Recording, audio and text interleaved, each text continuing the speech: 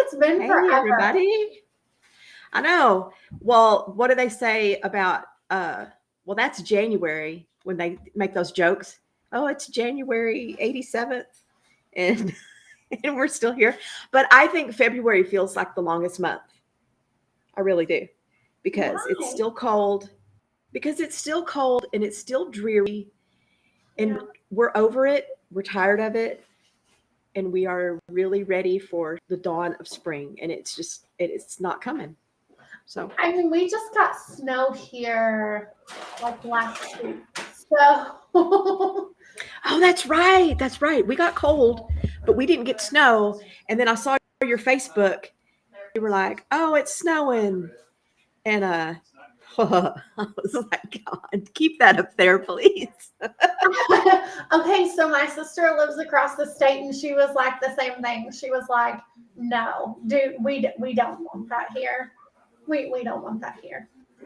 Oh, Hey I can imagine. Josh, thanks for Hi, coming. Josh. So Valentine's Day. What'd you do for Valentine's? Okay, so my husband and I have been married almost 16 years, but we're about to have our fourth anniversary. So we got married on Leap Day, which is, in a couple weeks or whatever. And so we kind of are weird about like, do we celebrate Valentine's? Do we not? Do we, when we have our anniversary? So we just did a low key dinner at a chain buffet and like, Oh, that's nice. What about y'all? Um, okay, this is how bad I am. We never celebrate Valentine's Day together. You can see him in the background. He's walking back and forth. We don't ever celebrate Valentine's Day, really. It's a made-up holiday. It's designed to take money out of your wallet, and I don't need all that crap. I just don't need it. And we've been married forever since dinosaurs ruled the earth. But this is how bad I was this year. Okay, sent my 5-year-old to school that morning with nothing. It didn't even occur to me that it was Valentine's Day. And then he came home with bags of candy and stuffed animals and all these gifts and party things. And so I unpacked his backpack and I was like, oh no, I'm on the worst mothers of Brownwood ISD list because I sent him with nothing. I could have at least put a dozen cookies or something. I mean, oh yeah, I feel terrible. I really do. I feel terrible about it. But you know what though? Nobody died. We're good. Welcome in. I know. I guess they'll get over it because yeah. No. We forget things. We make mistakes, and we are just gonna brush it off. Yeah. Nope. But that's how much we don't celebrate it. Is just I just didn't even think. Oh, today's a special day. I didn't even think about it. So. Yeah, I mean, we got our kids a little gift. Our kids are teenagers. The boys drive trucks. Our daughter doesn't drive yet, and so like they got chocolate candy bars that have trucks on them because like we're corny and like that's it. That's cute. No. That's cute. I bought my kids a gift the next day. The day after 50, which is, I think it's like, what is it? We used to call it 50% off chocolate day, but now I think it's more like 75% off chocolate day. So anyway. Sometimes, oh my goodness. Anyway, chocolate's expensive though. It can be. All right. We're going to roll the intro and let's get going, guys. Here we go.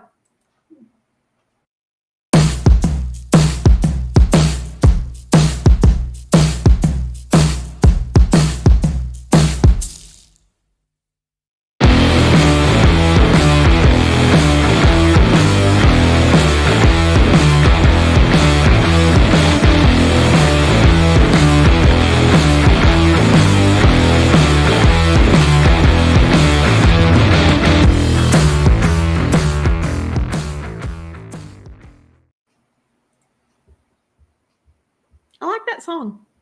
Well, that was me this time. I'm trying to get to the comments, make sure nobody's commenting. I can't play it back today. Oh, you can't comment today? Uh-oh. Okay. Well, we'll just have to shout them out. The algorithm. Okay, so welcome. Working. Welcome to the Down Home Texas Small Business Show. This is episode 9. Today we're going to be all about ethics, right? Ethics. Ethics. Okay, guys. Mostly, you go. You tell them. No, that face, Tammy. This is going to be such a lively debate. We have 2 people who are coming on to talk with us, and we are so stinking excited because we all have varying degrees of black, white, and gray when it comes to different scenarios. Yes? We do. Yes, we do. Okay. This is going to be such a fun and lively debate. We do. So we have with us today, let's bring them on. Yay. Welcome. So we have Nick Waldron, CPA at YOLO Tax from out in California. And we have Hello. Dr. McKaylee Esdell on again, a return guest from New England, up New England way. Boston. It's not my real background. That's not what's actually behind it. I'm not standing in an alley doing this, by the way. But. That's not crazy at all. But maybe I am. I don't know. So thank you guys for coming on. We appreciate y'all so much. We are so excited. We're gonna jump into some things.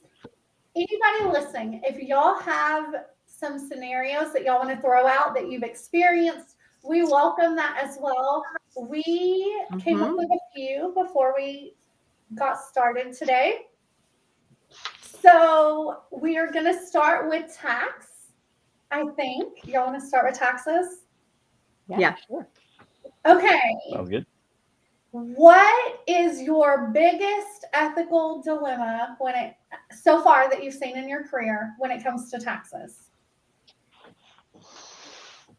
Nick's like, oh, I'm not answering. Oh. I'll answer this one.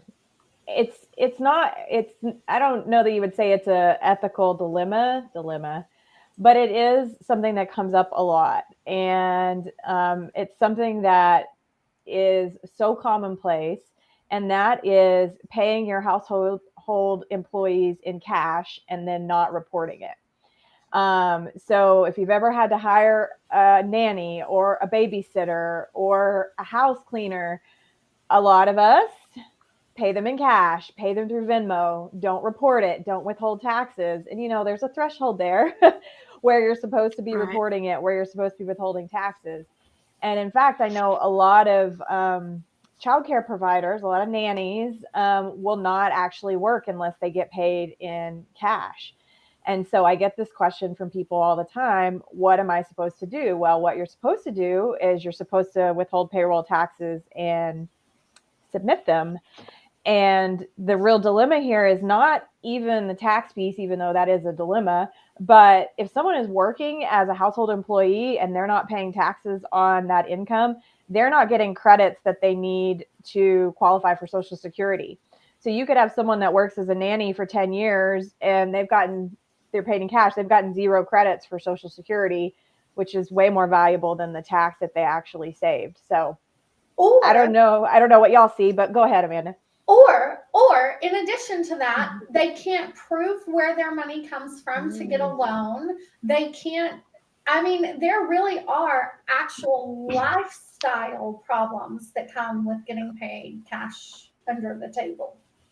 Yeah, that happens a lot. It's like I see clients too that the very next question they say, with that and kind of talking on the cash basis, topic is, recognizing cash payments as well. On the flip side of that, not only can't paying in cash, but recognizing the cash receipts. And then all of a sudden they're like, well, I want to make a contribution to a SEP or, something that's a retirement plan that's based on the amount of net income on the business. And they're like, you don't have net income because they're like, oh, well, every once in a while it's like, well, we could fix that. And we go, don't tell me that. Yeah, that's a good point, Nick, about the SEP contributions. That's a really good point. Hadn't thought about Yeah. that one. Last year I had a potential client come to me and I said, hey, you're going to owe this Schedule C. You made like $100,000 at the end of the day. And I said, did you save money? Are you going to be able to afford this? You didn't pay any estimated taxes. And they said, oh, no worries. The cash that I took in on cash jobs is going to cover my taxes. And I said, oh, I'm out. I'm out. It's Look at under the McKaylee. mattress. It's under the mattress. Don't worry. There's no Yeah. bank record of any of it.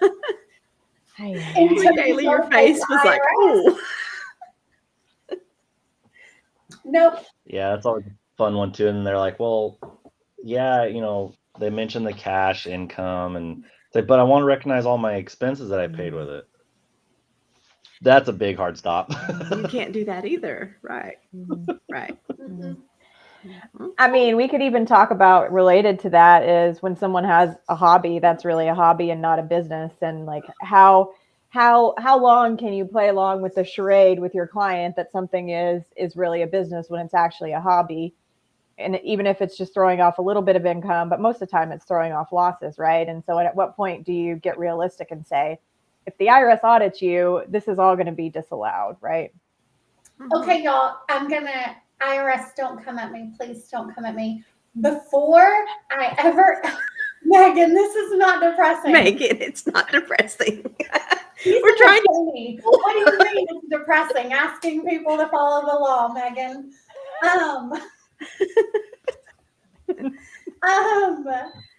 So when I first started my career, I'm talking very first tax season. I had not gone to school.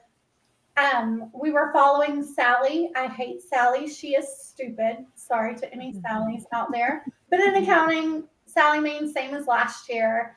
She's And worse so- than Karen. She's worse than Karen.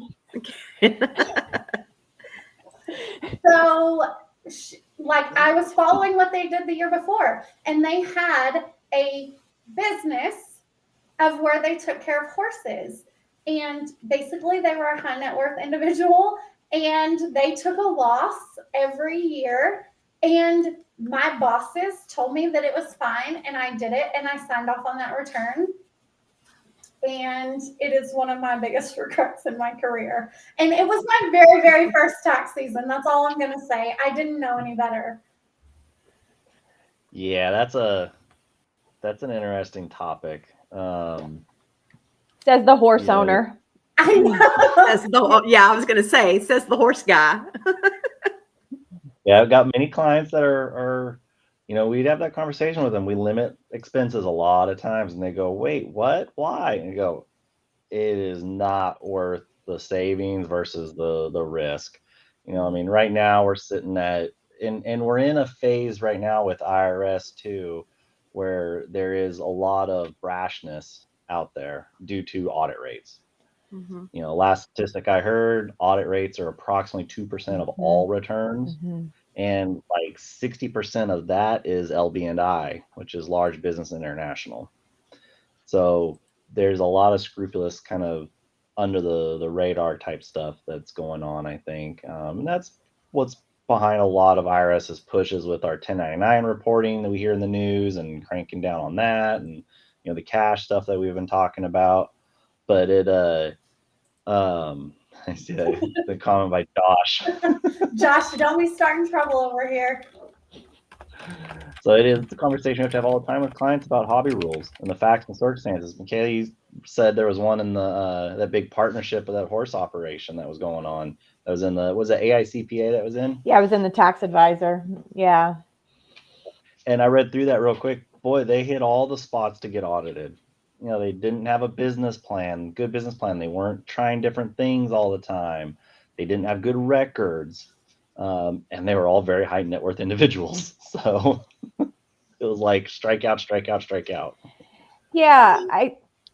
Sorry. I was going to ask but okay, I don't want to be depressing and have anybody think that just because they're starting a business that they can't take it. Mm-hmm. So on the flip side of that, the ethical way to do things is what, guys? Yeah, I mean, it's pretty simple. You just tell the truth. And I know there were a couple of posts on LinkedIn the past couple of weeks talking about this. One in particular, someone was saying they didn't want to take a deduction that was, rightfully should have been taken because the client had low income in that 1 year. And I call nonsense on that, right? Some people live off of savings, and that's okay. If you're telling the truth, all right, meaning and you have backup for it, right? So tracking all of your transactions, having your bank account linked to something where you're tracking that, putting everything in one credit card, one bank account if you have a business, keeping everything separate. If you do pay for something out of pocket, reimbursing yourself. And then just telling the truth. Just don't make shit up. It's actually really pretty simple. Like there's and the IRS comes and they audit you and you say, yeah, here's my receipts. Here's my log. Here's my this. Here's my that. And people are like, well, it's a pain to get audited. So maybe you should be, no, this is stupid. Follow the law. If you get audited, provide the documentation that you have there. And it's really not that complicated. It's not that complicated. And if you're following the law and you're doing things as a business the way a business is supposed to, if you have losses multiple years, it's okay, because they're going to see that you are operating a business and it's not a hobby. And for whatever reason, you're just not making money. So, Yeah. I've researched that stuff a lot because it is part of my background. It's part of my client base in the agricultural realm of everything, between training horses, raising cattle, farming. I call them micro farms. I have a lot of them that are in that 5 to 40 acre market. And they are their businesses through and through. Some of them, that is their sole income. Yeah. And it is just doing it the right way and having everything recorded, and you have the hobby loss rules. There's a lot there, 3 out of 5 years, profit margin, income and stuff like that. And active business sense as well. That is a very large key fact to that. But it is also a big target by IRS. I sit and I kind of push it out of my mind because IRS does not like horses and they do not like cattle. Well, I mean, and they do not like you. I was going to say there's a reason for that though, right? Because it has historically been a place for very high net worth individuals go to play because it's not cheap to own horses. So there is a logic to targeting that in particular, right? Oh, yeah. It doesn't come from nowhere. There's one case that went for, I think 10 or 15 years for a guy out of Oregon. That one wasn't hobby loss. That was like pyramid scheme essentially for cattle. Was what it was. But that was an interesting story as well. Yeah, I mean, I think the other thing is I had someone, we know this as people that give tax advice and do taxes. We get all kinds of crazy questions from people, or someone will say, someone told me to do this. And a hairstylist said to me once, well, my fellow colleague told me that when I go to Sephora, I can just put everything on one receipt because how would the IRS know whether that makeup is for me or that shampoo and conditioner is for me versus for my business? And I'm like, sure, you can do that if you want to, but why would you? Like, it's just stupid because again, like, if something happens and you do get audited and let's say they go and, well, why are you buying makeup? You don't do makeup for anyone. You're a stylist. You don't do makeup. Like just stuff like that. It's so simple for someone to catch you in a lie. It's just, I don't know. It's just not worth it. So we get those kinds of questions all the time. And we have to remind people that like, just because you have a small business doesn't mean you can deduct every expense that you have. Right. It's just not something you can do. Like, Wait, Yeah, wait, you can't put all your utilities and all of your clothing. That's the one I get all the time. I'm like, no. Uniforms. No, I have my rebuttal to a lot of clients is, they all, especially the new business, they say, what can I deduct? How what percentage of stuff can I deduct? Well, it's not how it works for that one. It's my simple rebuttal to them is any expense necessary to substantiate and support the revenues. Right. I says it's really cut and dry explanation, but it's direct expenses. And then, then we go down the road of, okay, is there a home office, some more indirect type stuff. But you know, you can do that, and there's a court case years ago too about clothing. And I get that from clients all the time. Mhm. And there was actually, I believe it was 2 different court cases with opera singers. Mhm. One had a dress that was diamond encrusted, and one just had a really nice, custom tailored, beautiful dress.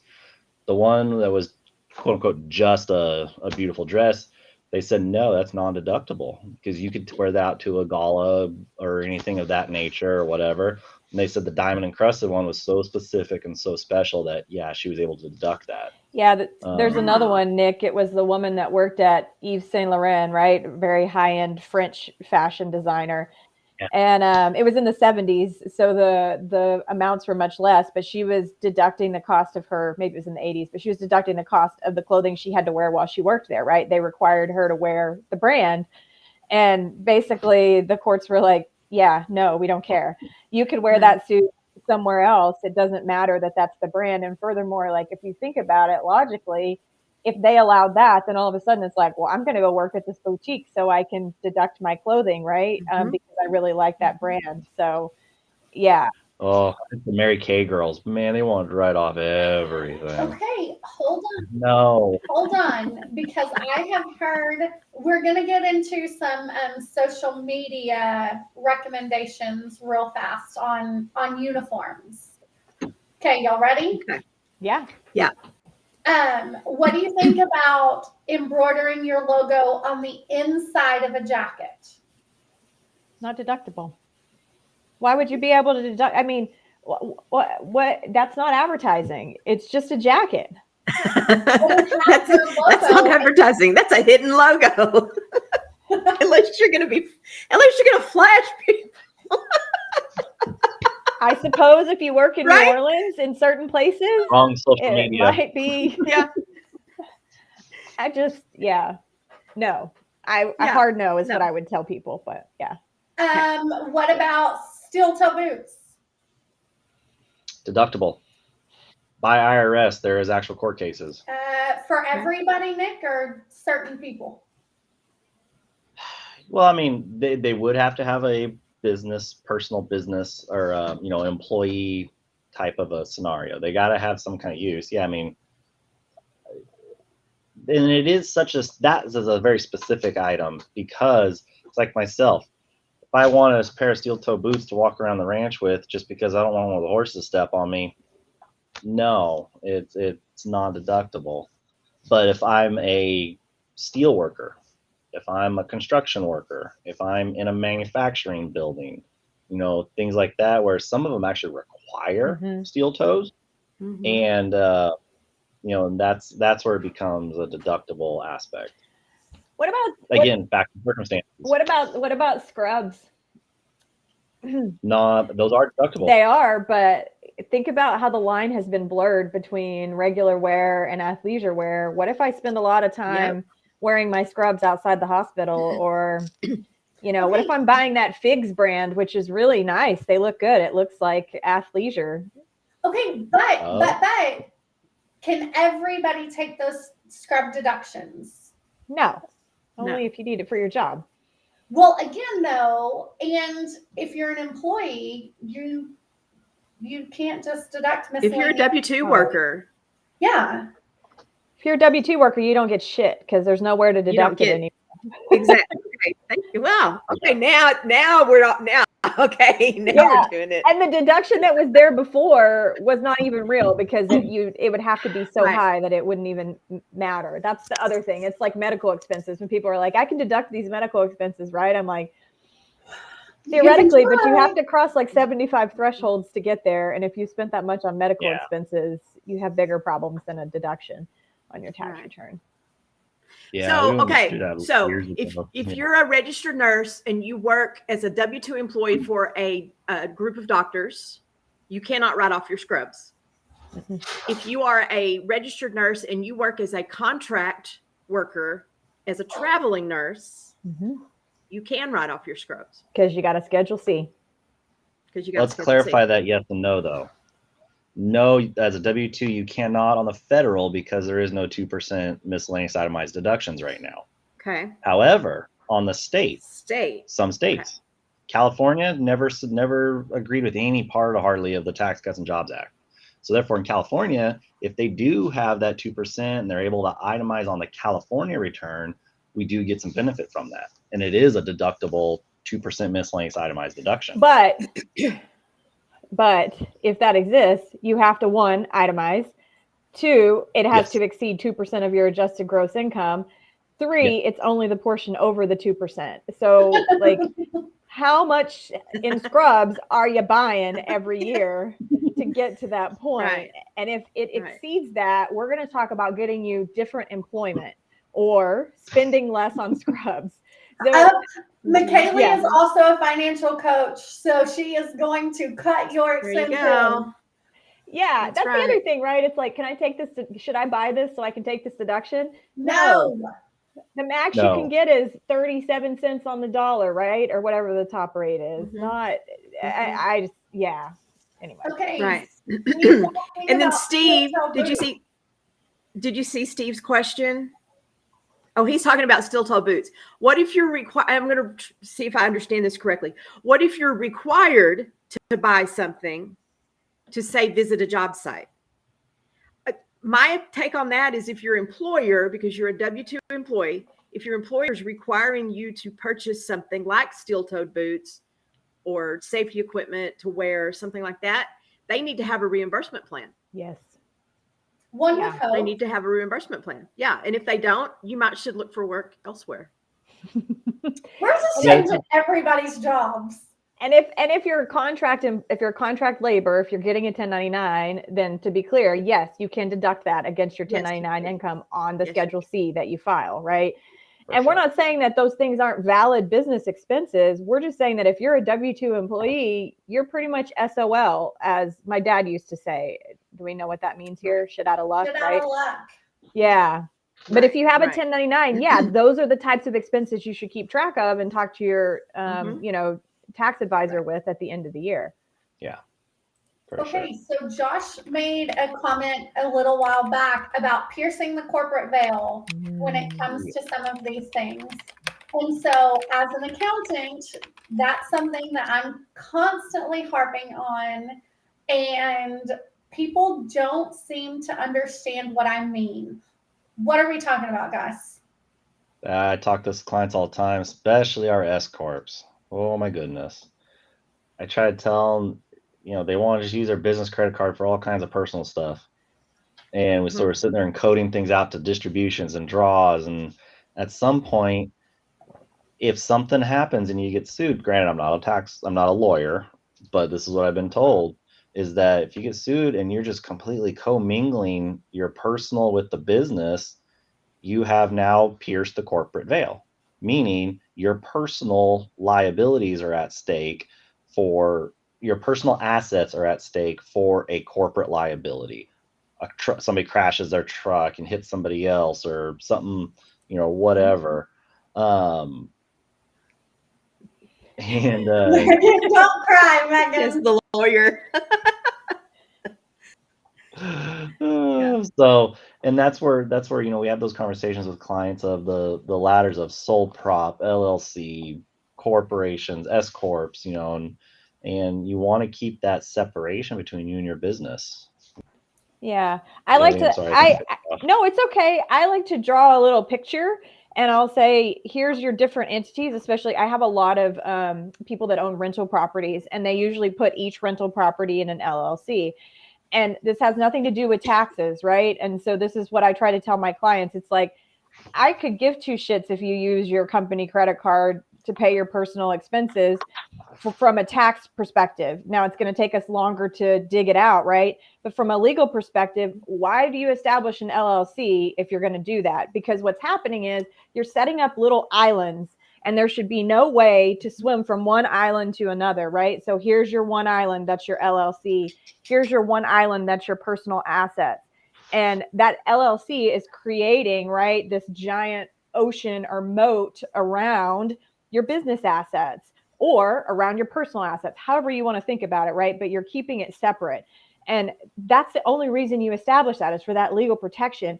If someone comes in and sees like you're sending little, messages back and forth across the moat, and sending money back and forth across the moat. Now all of a sudden it's like, well, McKaylee's not serious about this company. This isn't real. She's just doing it to hide assets, so I can't sue her, right? And it all collapses. And so it's, in the end, it's not really even about the tax deductions, because that's just summaries that we put together from looking at your books, right? We go in and we look at QuickBooks or whatever, and we pull sums and we pull those onto the tax return. They don't just appear on the tax return. We have to do that. But from a legal perspective, right, if you're taking stuff out of that account, we can't really change that actual transaction. So you got to separate that out. Yeah, I got a new client that Right. I'm bringing on that's got like, I think it's 6 entities. Luckily, it's all in California. I don't have multiple states to deal with or anything. But the one business activity has a U-Haul rental facility, a self-rental place and such that he owns a portion, and it's got cattle operations in the exact same entity. And like, there's 2 completely different ones and no. huge liabilities on each of them that could take the other one down really easy. Yeah, we So can that's break one of those the out first first. things I do is get a Right. business lawyer and be like, hey, can you explain this is not good? That people do that though. That's really common, I think, because they'll form one LLC, one company, and then they want to put everything underneath that. Yeah. And that's one thing that I tell clients when they come to me with questions about that is you don't want to mingle risk is the Right. big thing. Yeah. You know, if so in that case, you know, you have a cattle operation risk against this There's a other little bit company. of risk They don't there. have, I mean, yeah, well, yeah, they don't really have anything to do with each other. So no. Mm-mm. And come back to, I don't think this is the situation with this client, but kind of come back to our overall topic here of fraud. You know, you may be trying to commingle passive activities with non-passive activities. And Yes. that could be, Yes. you know, a red flag with IRS in this scenario is the cattle an active activity, and then which it is, and then is the rental facility more of a passive activity that we're trying to offset and stuff. So, Just for people who are watching who may not understand, can you explain the difference between a passive and an active, and why one is one or the other? oh, I walked myself into a big can of worms there. Do you want me to take it? Do you want me to take it? Go for it. So there's about 1 million different ways that you can be considered active and what's called material participation. So don't attempt this on your own if you have a lot of activity going on. The This big part one that area that we add value. yes, this is where we add a lot of value. But you can think of it this way, is this stuff that you're doing every day. If you're going out and working on this every day and you're putting the majority of your time into something, it's probably active. If you're not, it's probably passive, but maybe not, right? Because there's certain places where you can work as little as 100 hours in an activity as long as you're the only one working in it, and it can be active.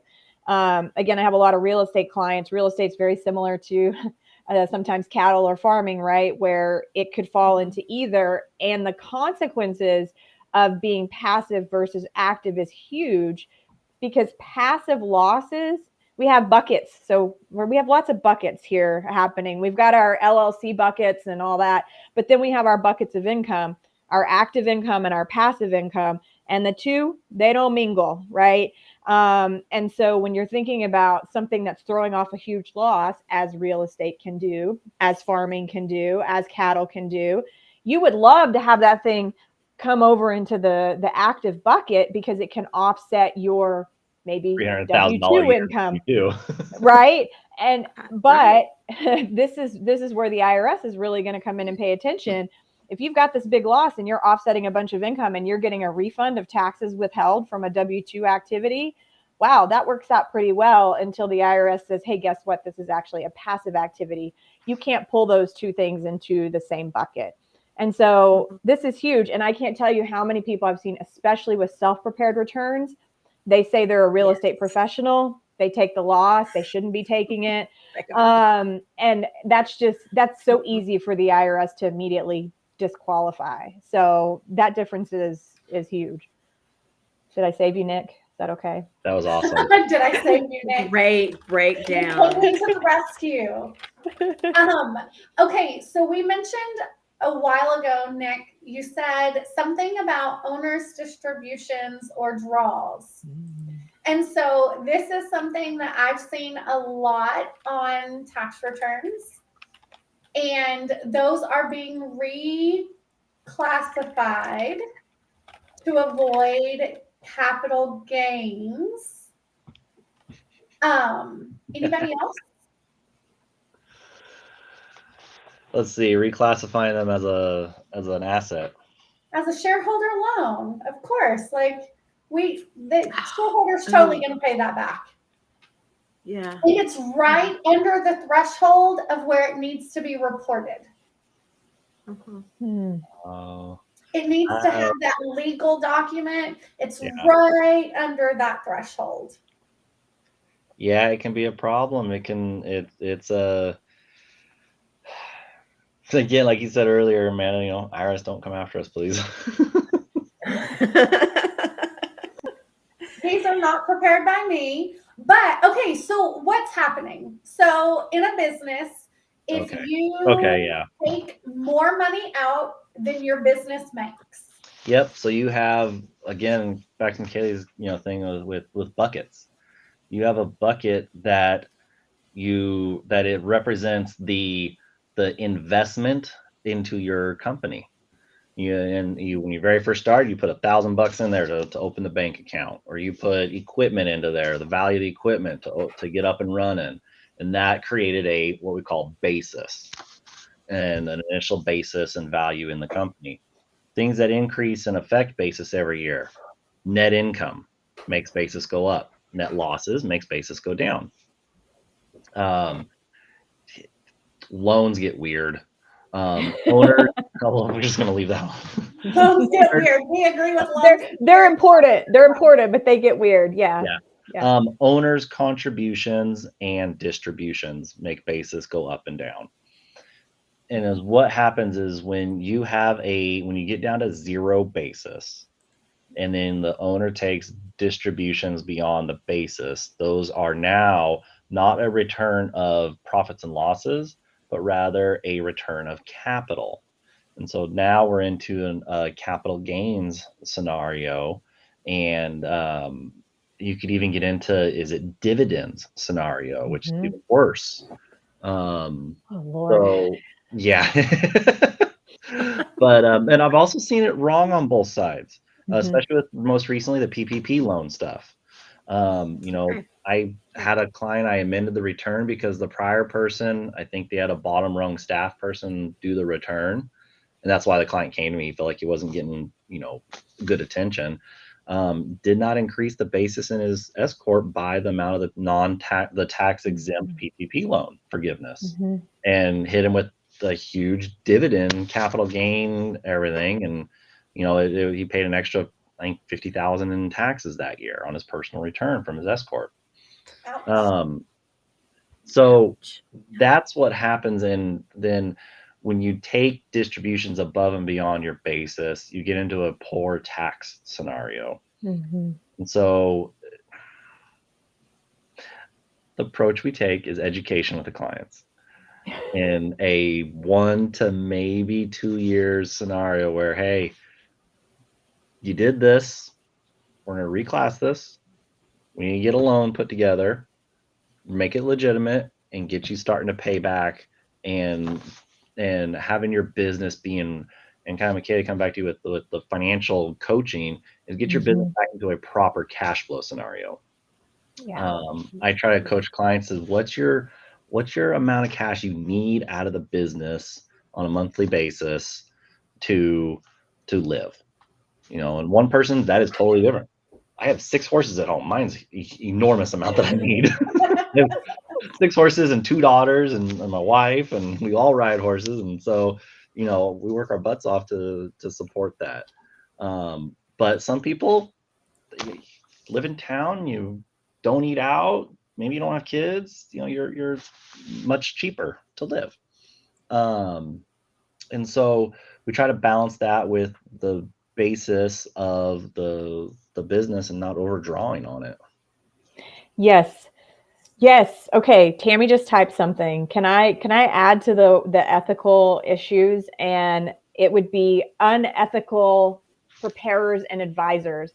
Make me so Mhm. crazy. I can't tell you how many clients I've seen that they have some sort of just convoluted structure that someone has created to pump up billings. And so someone asked earlier about filing your business taxes with your personal taxes. So I just want to say a couple things. One, if you are an LLC, right, that is your legal structure. That's not your tax structure. And you haven't elected to be an S Corp, and there's only one of you, so you can't be a partnership. And we're going to leave C Corps aside. They're their own bear, right? That is filed with your personal taxes on a Schedule C. An LLC, not an S Corp, not a partnership. That's always going to come down to your personal taxes. But when we think about those other two options, if we make the S Corp election, or if there's two of us and we have to file as a partnership, for us as preparers and advisors, it creates a whole additional amount of work to do. It's legitimate amount of work, and it's going to cost you more. So you see all this bullshit on social media about how you should be an S Corp. No, I'm just going to say it again. I have a client right now that has been in a loss position in his business since it started, and someone created an S Corp for him. And guess what? His losses are stuck in his S Corp. And that's because of what Nick was talking about with basis. He doesn't have any basis to pull those down. He hasn't had any income. So they're just sitting there. Had he been just an LLC and a flow through to a sole proprietorship, could have taken those losses against the income that he has with his spouse, and the losses would have done him a lot of good. But someone was trying to impress him and created an S Corp. So, just because someone tells you, oh, we could do this structure and it's going to save you so much money. Yeah, at some point it would save you money, but there's also rules surrounding that too. Huh? If you're making money, it's going to. If you're making money. Yeah, That's what I say. You have to pay to play. You have to pay to play. The clients have to show a continual net income of at least 75,000. Oh wait, not a one-time income of 75,000? No. I crank it higher than that. I mean, It's more like 150. Hmm? Yeah. It's more like 150, I think, to make it worth it by the time you add in the fees that you're going to pay someone to do your S Corp return and all the other stuff. And usually we start talking, okay, what's the cost of payroll? What's the cost of filing that tax return? What's the overall just complexity and regulatory meeting those needs of having an actual set of books, a balance sheet that actually is a legitimate balance sheet. A legitimate balance sheet. Yeah, that's a whole other road we go down. And if you don't know what we're talking about, this is again where we add value, because the four of us would tell you, if you just have your small business where you're making $30,000-$40,000 a year, we'd say, great. Here's how to keep your books and records. You could even probably do it in a spreadsheet depending on how much activity you have. And guess what? You're just going to flow that down onto a Schedule C, done and done, and it's going to cost you a tenth of what it would cost you if you decided you wanted to be an S Corp. Yeah. Anyway, unethical preparer. Yeah, careful there, Steve. Yeah, econ class. I'm shocked they covered LLCs in that. And watch out for TikTok tax advice. Okay, no, we're diving back into TikTok tax advice. Oh, okay. Okay, so one of Tammy and my favorite ethical dilemmas is finding a way to make your pets a tax deduction. Oh my God, no. So hold on. Because Tammy is very much I'm going to see how far I can push. And just in theory, not in practice. Please, IRS, don't come after me. Amanda is very much black or white. Just hypothetically. And it comes, yes, this is a hypothetical debate that we have very, very often. I just want to be clear. But it is. Okay, so if you have a pet, we all know You can't just write off your pet. Okay. And no, you can't write off your pet insurance, Steve. I'm very sorry. I wish. It's so expensive. I'm like, is this Wouldn't worth that be it? nice? Yeah. But what if your pet is actually a service animal or an emotional support animal? Medical expenses. And then we know no, because remember the 75 thresholds you had to cross. Okay. What Yeah. about pest control? You've got it. No.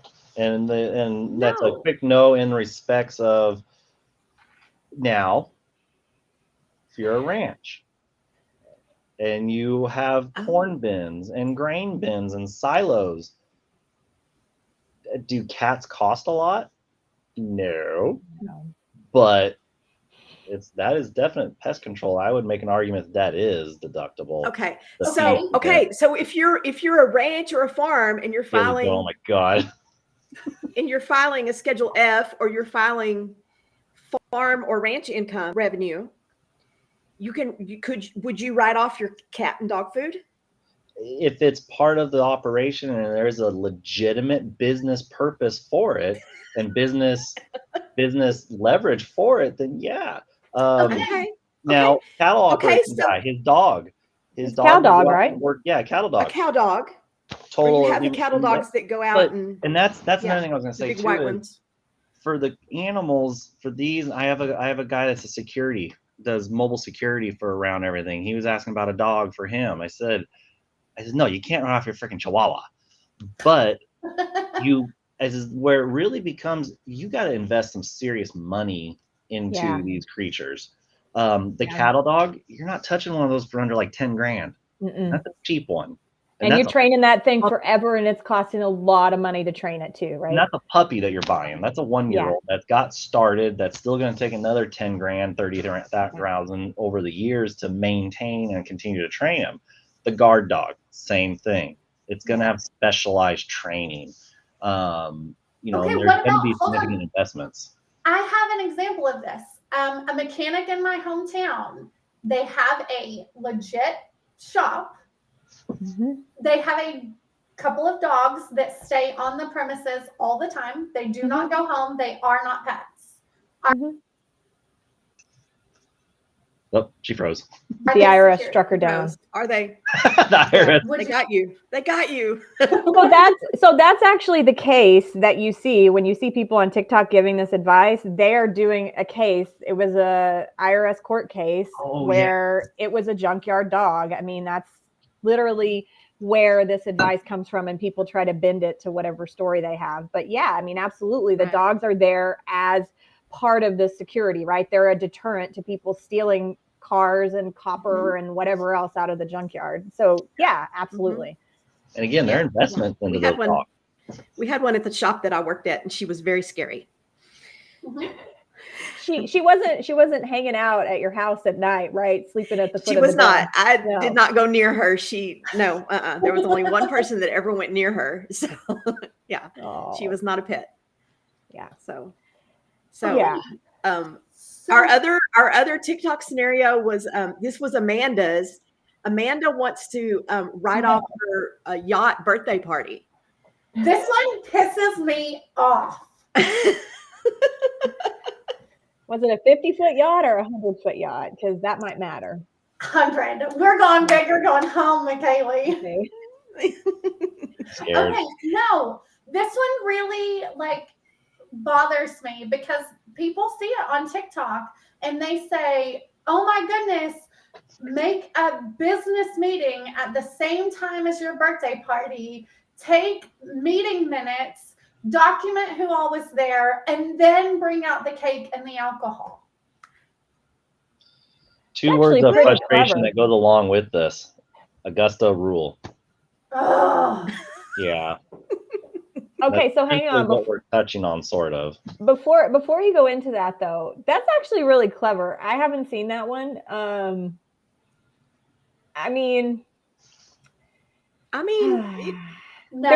there's a reasonableness requirement, though. That's the thing, right? So this is when I used to teach this, and I would talk to my students about meals and entertainment, right?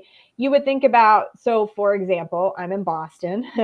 It's really expensive here. Same with New York. Our per diem allowance for what you could write off per day, they have these per diems across the country, right? The government actually has these dollar amounts. It's a lot higher than it is in Dimmitt, Texas, where I grew up, right? That it just doesn't cost as much. Also, when you think about industry, so if I'm working in investment banking, it might be expected that I'm going to buy a $200 bottle of wine or something like that. So there's a reasonableness when you're thinking about like what you can actually write off. So let's go to this birthday party scenario, right? Like, what business are you talking about? What are you trying to write off? Yeah, maybe you had a business meeting. Maybe there was some legitimate business that happened there, but you're not going to be able to write off everything because you're going to put yourself out of the reasonableness requirement. Maybe you had the quote unquote business purpose, but it has to also be reasonable. So. Okay, but what about like the sniff test on what the intention behind throwing the party or the meeting is? So Sure. the sniff test says that if it smells like a reason to have a tax deduction, it's not actually a legitimate deduction. I mean, the IRS would call that substance over form, right? Which is like, what was the substance of the transaction, compared to the actual form of the transaction? And so it'd probably get denied. But, I mean, you can try, I guess, if you really did have a legitimate business meeting. I wouldn't have a client like that because I don't have clients that are assholes. And I feel like if you're having a party on a yacht, you're probably an asshole. But no offense to anyone watching that has a yacht. But what you just said, though, you can try. Okay, Yeah. That leads me to a question. When we have positions that we're taking on someone's tax return, we have to, there's a percentage rule or a ratio of how many times the IRS has allowed certain things that we look at before we actually take that position. And I'm not able to explain it very well. But if you have a client come to you and he's saying, no, I really want you to take all of these deductions as I have them written down.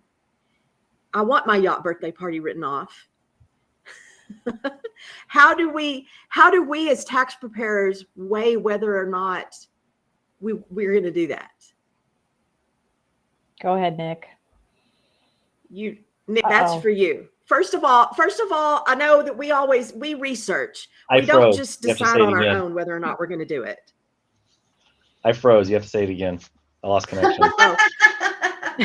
So I'll restate it a little bit. So basically what Tammy was saying was that we look and we figure out, do we have substantial authority to take a position, right? Can we take a position on a tax return? Yeah. Do we feel comfortable with it?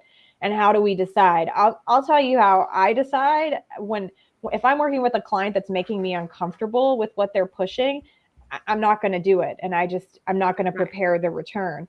Now, not everybody gets to be lucky like that. They may be working at a company where they have someone that's forcing them to do that. You can refuse to sign off on it and say, I'm not signing off on this return. But I tend to be a little more risk averse than most people. So I'm probably not the best person to ask about this. I don't know, Nick, how do you deal with that? I'm lucky I don't have many clients. I can't think of one that has brought me a scenario where I had to be like, no, and they said yes, and I was like, I really haven't had to cross that line. I saw one of my partners with audit and then the tax return, overcapitalization of stuff to make covenants, loan covenants. And then on the tax return, a bunch of personal fuel and et cetera. And he was pushed into, not pushed, but he went along with it and let it go. There was other facts and circumstances, to the loan covenant. Would they have missed their loan covenant, requirements? Yeah, I think they would have. I even heard the CEO said he was going to, but he's like, well, it's all backed by him personally. He's got plenty of personal assets to back those, and in case the bank gets upset and yada yada. So I personally have been fortunate to where my clients, I can tell them, hey, man, that's going to get you bit hard and I'm going to get in trouble too. No. Right. And they usually back off and go, okay, yeah, that's not enough. I don't want to do that much risk. Mm-hmm. Okay, Mhm. well, what's the more safer area? Well, and that's where I think is the value that we can add too, is you walk the clients through what's going to get us all in trouble. What's going to, I tell them, says, we can go this route. We might, if we get questioned, we're going to have to make an argument, but we have an argument. That's different from, man, you do this and they come questioning, you're going to throw your hands up and go, you got me. And that's not an area you want to be in. It's not fun. You've got interest and penalties and tax that is normal. Plus, man, if you get into the fraud penalties, they're Ooh. And the statute of limitation never closes on that, right? So if we're they can filing, open up all the other years and yep, if we're filing honestly, it closes after 3 years and it's all gone behind us. But if they say you're doing some fraudulent shit, guess what? They can go back as far as they want to go. They can go back to the beginning of time if they want to and audit everything. and don't kid yourself if you don't think their little state buddies aren't going to pick up on that. That's the scary thing, right? Because states actually have to balance their budgets. Federal government doesn't, but states do. And so they figure out there might be some revenue out there. Guess who's going to come knocking on your door? And if you haven't complied in all the states you're supposed to comply in, oh shit, you're in trouble. Yeah. Yeah. Okay, so Yeah. Tammy and I did some research on this a little bit beforehand. Do you know that you can file a form on tax returns that say, hey, we're taking an uncertain tax? Mm-hmm. Yeah. Okay. And it can So save you from those big bad penalties. Neither of you said it. And I was like, wait, y'all, I know y'all. But I mean, honestly, we all work with upstanding, honorable clients, and we are very, very lucky. Okay. We are very, very lucky. However, if you're taking an uncertain tax position, you can fill out a form. Now, that uncertain tax position should not be fraud, just to be clear. And that's a big difference, yeah. But it should be something that you really do think you have a valid argument for. And so what is the purpose of that form, guys? What does it do? It just it gives you a chance to make your case. And I go back and forth on whether you should actually file it or not, because you're throwing up a red flag for someone. It's kind of like checking the box that says this is a tax shelter. What dumbass would do that, right? Yeah. If you actually Kind of were a says, tax look shelter. here. Yeah. Right, that is an actual checkbox. Look at this. Yeah, but there might be a Yeah. case where there is pending legislation, and when you take the tax position, it hasn't come all the way through, or there might be pending court action. There's a whole lot of spaces. Usually it's in more complicated, foreign tax compliance or corporate tax compliance, that you have those uncertain tax positions. We're not going to see that as often with individuals and smaller businesses, and so you're not going to throw that out there. You're The in that other thing, that category. yeah, the other thing I would say too, if you know that you have not been complying correctly, there are voluntary disclosure programs, especially in the foreign tax area. So if you haven't disclosed your foreign bank accounts like you were supposed to, if you haven't been disclosing ownership in foreign corporations like you were supposed to for several years, there is voluntary disclosure at the federal level. There's also, and they actually have, it's called the Streamline program, where you can just mea culpa all at once and be done. And then they can't go back and open up all of those previous years. So that's something that's good. because you're basically saying, I'm going to take my hit now. I'm going to pay quite a bit. I'm going to pay a penalty for this. But now the books are closed on all those prior years, because for foreign tax compliance, people are like, oh, they'll never find out. It's over there. But if they do, those penalties, some of those are $10,000 a form for non-filing. So, there are options where if you think I haven't been complying, now I want to comply. And at the state levels too, where you can enter those streamlined programs. Oh, I think that's a good point to end on. Oh, God. The fact, I think that's a good point to end on. The fact that if you realize that you've done something that you weren't supposed to, or you've missed Like something an that you employee didn't realize. credit. Yeah. No, no. Well, you have an opportunity to go in and make it right. Yep. You know, will there Yeah. be a penalty? Probably. You know, yeah, you're going to have to pay the piper, but you can still go in and make it right. And that's where people like us step in and hold your hand and can walk you through that process To Yeah. make it less scary. to make it less scary rather than constantly worry who's hiding behind the bushes when you come home. So IRS will not hide in the bushes. They're not gonna hide in the bushes. They're not gonna show up on your doorstep and arrest you. They're none of those phone calls that that's you hear or true. anything They like don't that. do any of that. Right. Right. They're just going to send you lots of letters. Lots of letters. Love that. Lots and lots of letters. Okay, guys. Well, this has been fun. Yeah. And do y'all have any parting words before we sign off? Nick, anything you want to leave with? Tell people how to find you. Yeah, I was about that. You know, I'm YOLO. It is literally you only live once, but I am from also Yolo County. That's our Yolo County out here in California, north of Sacramento and Woodland.